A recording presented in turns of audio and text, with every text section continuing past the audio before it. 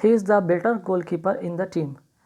देखिए अगर हम यहाँ पे देख रहे हैं बेटर और आगे लगा है द, तो द बेटर नहीं होता है, बल्कि क्या होता है यहाँ पे बेटर की जगह पे आपको क्या करना होगा, बेस्ट करना होगा। ठीक है, बात समझिएगा। He is the best goalkeeper in the team. अगर हम बात करते हैं बेटर का, तो बेटर क्या है भाई, कंपैरेटिव डिग्री में इसका यूज़ होता है। ठीक है, बेटर जो होता है कंपैरिजन के सेंस में होता है। ठीक, मीन्स कि कंपैरिजन के सेंस में होता है, दो लोगों के बीच में अगर कंपैरिजन हो तो। ठीक है, और यहाँ पे अगर हम बात कर रहे हैं कि he is the best goalkeeper in the team, means कि वो सिर्फ उसी की बात हो रहा है, एक बंदे की बात हो रहा है जो कि पूरे टीम में एक जो बंदा है वो बेस्ट है, सभी में वो क्या है, बेस्ट है। ठीक है, तो ये हो जाता है सुपरलेटिव डिग्री। ठीक है, ये क्या हो जाता है, सुपरलेटिव डिग्री। ध्यान रखिएगा, जब भी अगर द लगा रहे हैं तो उसके बाद हम क्या लगाएंगे, सुपरलेटिव डिग्री। अदरवाइज अगर यहाँ पे अगर कंपैरिजन होता है तब हम लोग बेटर का यूज़ कर सकते थे। ठीक है, चलिए नेक्स्ट क्वेश्चन में क्या ऐसा एरर हो सकता है। तो देखिए एरर बहुत सारे कंडीशन में हो सकता है, आपको या तो पार्ट ऑफ स्पेस से हो सकता है या फ्रिज से भी रिलेटेड बहुत सारे एरर होते हैं एग्जाम में। तो सेकंड क्वेश्चन में कुछ इसी तरह का एरर देखने को बनेगा, देखते हैं। We went to the station to see off a friend who was living from Mumbai. ठीक है, हम लोग स्टेशन जाते हैं, गए किस लिए, अपने दोस्त को मुंबई छोड़ने के लिए उसके स्टेशन जाते हैं। तो सी ऑफ यहाँ पे एक वर्ड लिखा हुआ है। ठीक है, तो ये सी ऑफ का मतलब नहीं कुछ होता है। ठीक है, सी ऑफ यहाँ पे एक फ्रेज का यूज़ किया गया है जिसका मतलब होता है विदा करना। ठीक है, सी ऑफ, एस डबल ई, ठीक है, ओ डबल एफ ऑफ। ठीक है, एक फ्रेज है, ध्यान रखिएगा, एक फ्रेज है जिसका मतलब होता है किसी को स्टेशन जाकर, एयरपोर्ट जाकर क्या करना, छोड़ना। ठीक है ना। टू सी ऑफ का मतलब होता है to go to a station and airport, it is to say goodbye. ठीक है, कह सकते हैं इसको हम, सी ऑफ का मतलब कह सकते हैं कि गुड बाय। ठीक है, अब किस लिए गुड बाय, तो किसी को हम जब स्टेशन छोड़ने जाते, एयरपोर्ट छोड़ने जाते, तब हम उसका यूज़ करते हैं। चलिए नेक्स्ट क्वेश्चन में क्या है, next question, the measles are disease that causes fever and red face. ठीक है, अब मिजल्स ये क्या है, आपका एक बीमारी है ना। तो बीमारी के साथ हम लोग क्या करते हैं, सिंगुलर वर्ब का यूज़ करते हैं। मिजल के साथ आर का यूज़ नहीं करेंगे।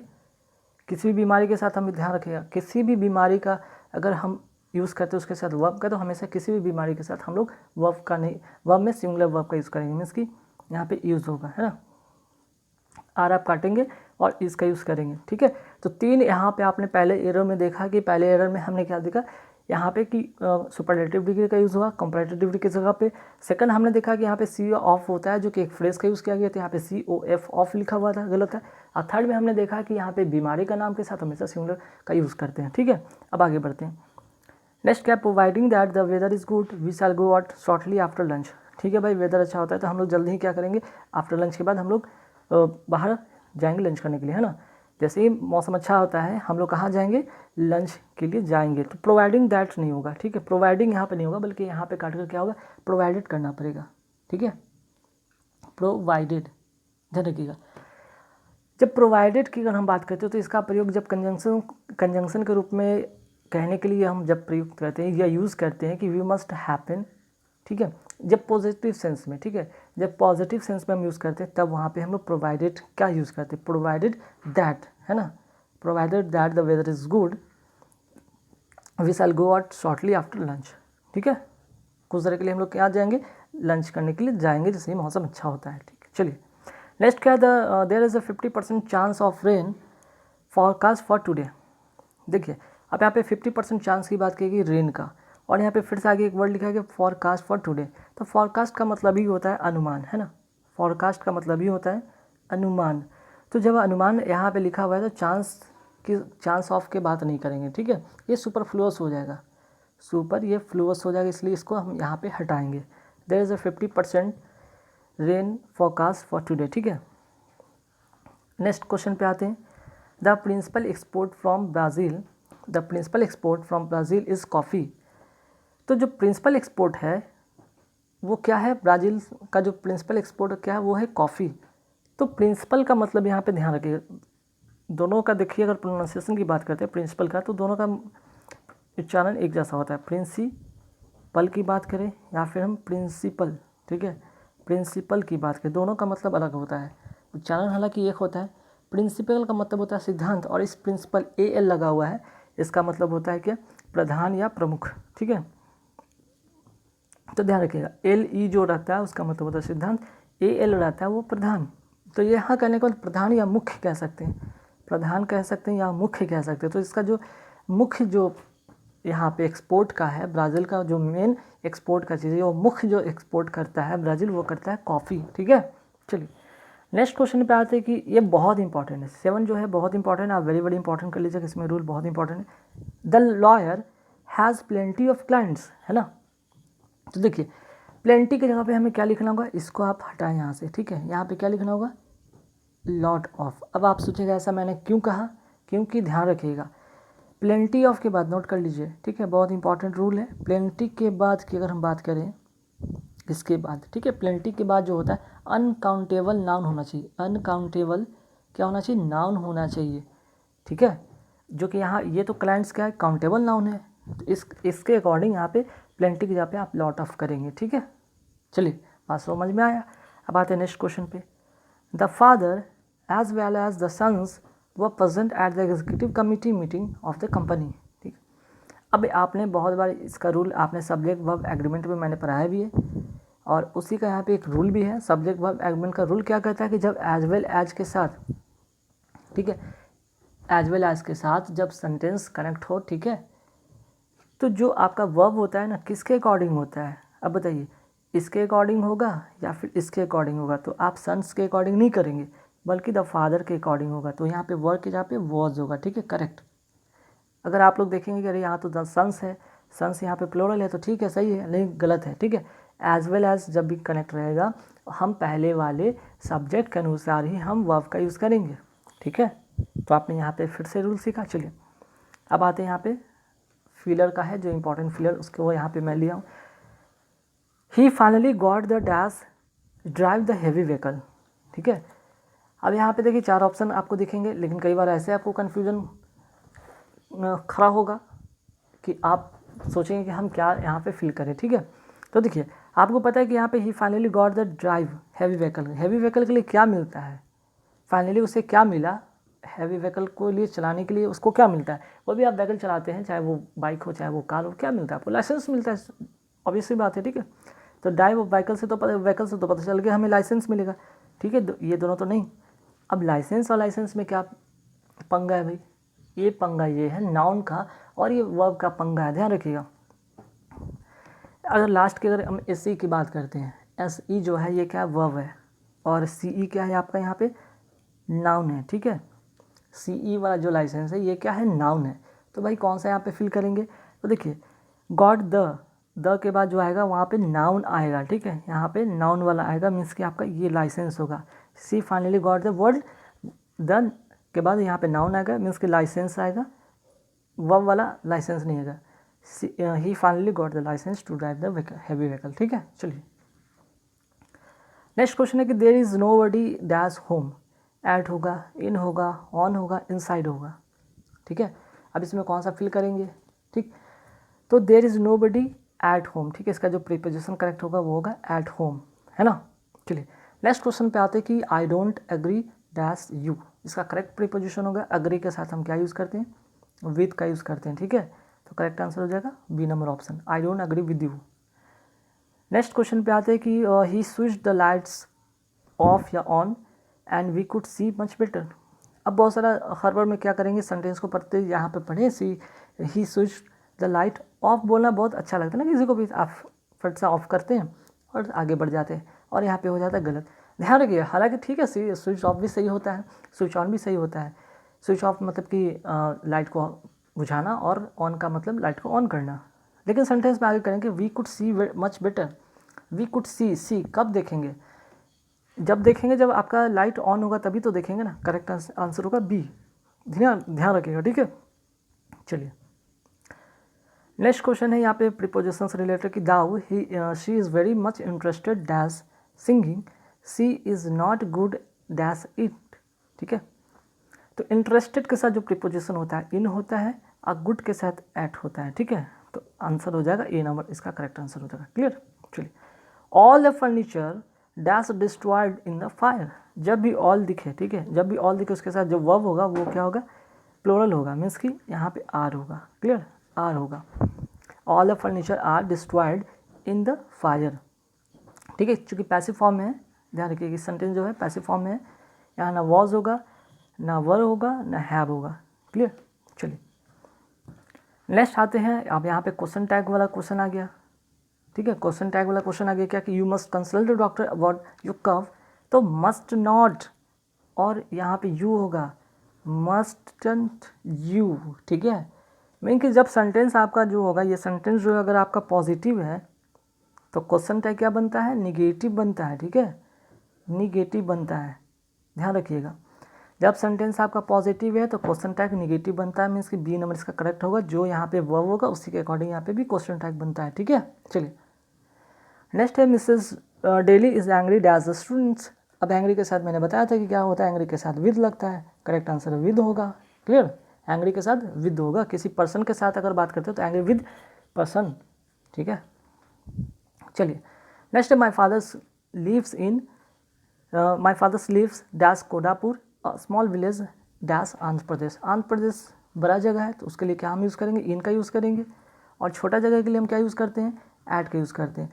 मीन्स कि एक बड़ा सा शहर है आंध्र प्रदेश, उसके अंदर एक छोटा सा क्या गांव है, कोंडापुर। ठीक है, तो बड़ा के लिए हम पहले क्या बताया कि यहाँ पे इन होगा। ठीक है, यहाँ पे इसके लिए इन यूज़ करेंगे और इसके लिए ऐड का यूज़ करेंगे।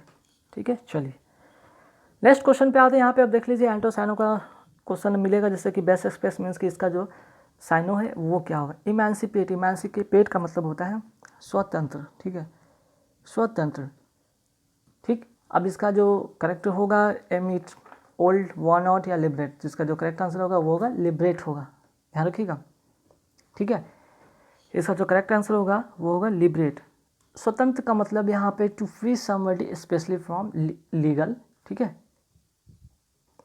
तो देखिए यहाँ पे इमेंसिपेट का मतलब बताए थे फ्रीडम, कह सकते हैं फ्रीडम किस सेंस में, तो आप बता रहे यहाँ पे लिख लीजिएगा टू फ्री। ठीक है, टू फ्री समबडी। ठीक है, to free somebody, to free somebody किससे भाई, स्पेशली फ्रॉम लीगल। ठीक है, फ्रॉम लीगल, लीगल या पॉलिटिकल, लीगल पॉलिटिकल या सोशल रेस्ट्रिक्शन। ठीक है, सोशल रेस्ट्रिक्शन।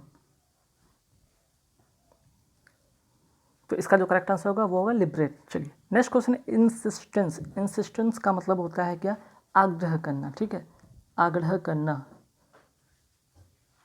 तो इसका जो करेक्ट आंसर होगा, इंसिस्ट का मतलब इंसिस्ट करना, अर्गिंग करना। ठीक है, आग्रह करना।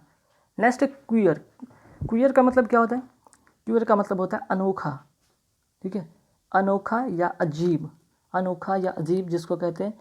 तो इसका मतलब जो होगा, इसका साइनो होगा वो होगा स्ट्रेंज। स्ट्रेंज का मतलब भी अनोखा या अजीब होता है। ठीक है, चलिए नेक्स्ट क्वेश्चन पे आते हैं। यहाँ पे अब आते हैं अपोजिट की बात हो रही है। ठीक है, अपोजिट जैसे एक्स्ट्रा वैगन। एक्स्ट्रा वैगन मतलब फिजूल खर्च करने वाला लोग को कहते हैं एक्स्ट्रा वैगन, फिजूल खर्च, फिजूल खर्च। तो फिजूल खर्च का अपोजिट होगा बचाने वाला, है ना। अगर कोई लोग फिजूल खर्च करता है तो उसका जो होता है अपोजिट जो क्या होता है भाई, आप क्या करें, उसको बचाएंगे, है ना। तो उसको अगर जो फिजूल खर्च करता है और जो बचाता है तो उसका अपोजिट जो होगा वो मेजरली हो जाएगा। मेजरली मतलब कंजूस। ठीक है, कंजूस या कंजूसी से। चलिए नेक्स्ट आते हैं सेन। सेन का मतलब होता है क्या भाई, सेन का मतलब होता है समझदार, समझदार। तो इसका अपोजिट क्या होगा, मैड। मैड का मतलब होता है पागल। ठीक है, नेक्स्ट होता है वैलिडेट। वैलिडेट का मतलब क्या होता है, ठीक है, वैलिडेट का मतलब होता है मान्यता। ठीक है, मान्यता देना, मान्यता देना या फिर मान्यता प्राप्त जिसको कहते हैं। तो इसका अपोजिट जो होगा वो होता है निगेट करना। निगेट का मतलब क्या होता है, अस्वीकार कर देना। ठीक है, अस्वीकार कर देना। ठीक, एक दफ़ा आपको मान्यता मिलता है, दूसरा सब आपका निगेट हो रहा है, मीन्स अस्वीकार हो रहा है। अब आते हैं नेक्स्ट क्वेश्चन पे। नेक्स्ट क्वेश्चन क्या है यहाँ पे, इडियम फ्रेज। ठीक है, बहुत इंपॉर्टेंट है इडियम फ्रेज, बहुत इंपॉर्टेंट है। जैसे कि क्वेश्चन नंबर 25 में आते हैं कि a good teacher should have the gift of the गैब। अब गुड टीचर का क्या हो सकता है, गुड टीचर का जो लक्षण हो सकता है वो टैलेंट फॉर एक्टिंग। एक्टिंग तो करते नहीं टीचर।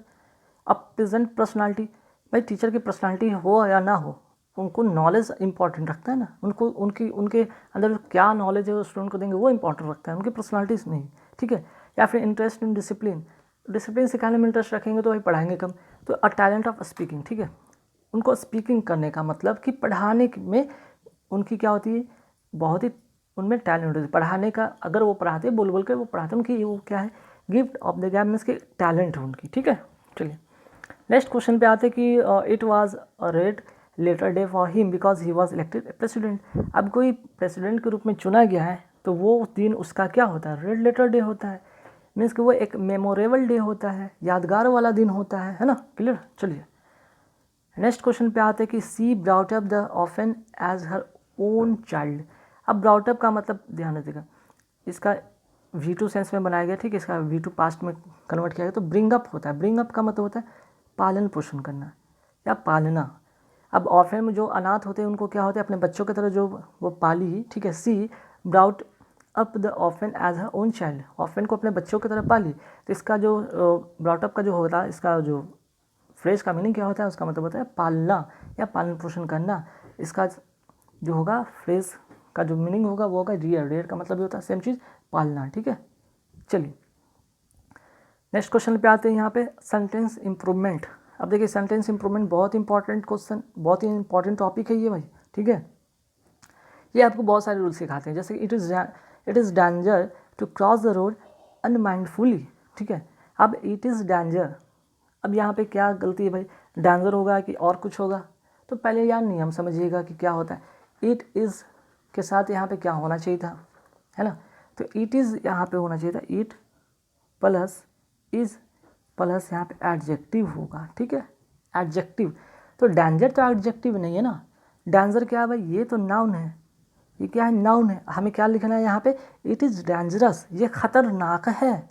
खतरा नाउन हो गया, खतरनाक जो होता है वो होता है एडजेक्टिव। तो आपको ये टिक करना होगा, डेंजरस, डेंजरस क्या है, एडजेक्टिव है। It is dangerous to cross the road unmindfully, ठीक है। चलिए नेक्स्ट क्वेश्चन क्या है कि the cloud of misfortunes was blow out. अब जो मिसफॉर्चून दुख के जो बादल हैं वो क्या हो गए, ब्लो ओवर हो गए। ब्लो ओवर मतलब क्या होगा यहाँ पे, ब्लो ओवर का मतलब शांत हो जाना, थम जाना, इसका करेक्ट हो जाएगा, आउट नहीं होगा, ब्लो ओवर होगा। ब्लो ओवर का मतलब होता है थम जाना, ठीक है, थम जाना या शांत हो जाना। अब जो दुख के बादल हैं वो क्या होंगे, थम जाएंगे, शांत हो जाएंगे, अच्छी बात है, ठीक है। अब ऐसे कि यहाँ पे अगर बात करें, अगर ब्लो आउट अगर होता तो उसका भी मतलब जान लीजिए, ब्लो आउट का मतलब होता क्या है। ब्लो आउट का मतलब होता है, हालांकि यहाँ पे तो सेंटेंस में गलत है, ब्लो आउट का मतलब फिर भी जान लीजिए, ब्लो आउट का मतलब क्या होता है, बुझाना या फट जाना, ठीक है, दो अर्थ देता है। फट यहाँ पे फटना के सेंस में भी होता है, या फट जाना के सेंस में होता है, या फिर बुझाना भी होता है, बुझाना, ठीक है, नोट कर लीजिएगा भाई, बहुत इंपॉर्टेंट है आप लोग के लिए, ठीक। उसी तरह एक और भी होता है, जैसे कि ब्लो अप भी होता है, ठीक है, ब्लो अप। ब्लो अप का मतलब होता है विस्फोट, ठीक है, विस्फोट, ठीक है, ये भी बहुत इंपॉर्टेंट है, विस्फोट, ठीक। अच्छा एक और होता है ब्लो ऑफ।